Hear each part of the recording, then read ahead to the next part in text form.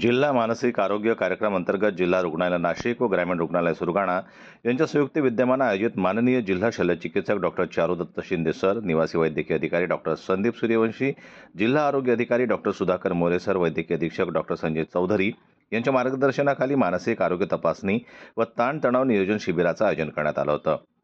प्रमुख मान्यवरांच्या हस्ते दीप प्रज्वलन व धन्वंतरी देवता पूजन करण्यात आलं.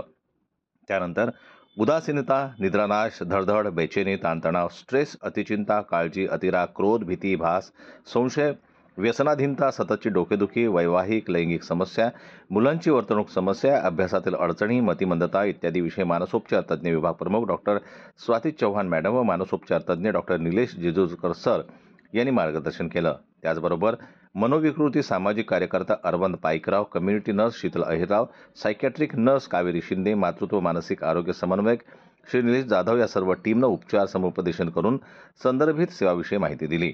तसेच मानसिक आजार लपवू नका, उपचार शक्य आहे. मानसिक आरोग्य समस्या, असहाय्य, सहाय्य व समुपदेशनासाठी 1441 1800 8914416 टेलिमानस टोल फ्री क्रमांकावर संपर्क साधून समुपदेशन सेवा घेण्याचं आवाहन डॉक्टर निलेश जिजूरकर यांनी केलं. या शिबिरास ग्रामीण रुग्णालय सुरगाणा येथील वैद्यकीय अधिकारी डॉक्टर हर्षवर्धन मोरे, डॉक्टर जिलानी शेख, नगरसेवक श्री भगवान अहेर, सहायक अधीक्षक श्री सुदाम बागुल, वरिष्ठ लिपिक श्री रणजित खाटीकडे व विविध विभागातील अधिकारी कर्मचारी उपस्थित होते. सूत्रसंचालन समुपदेशक श्री बळीराम ढेपाळ यांनी केलं.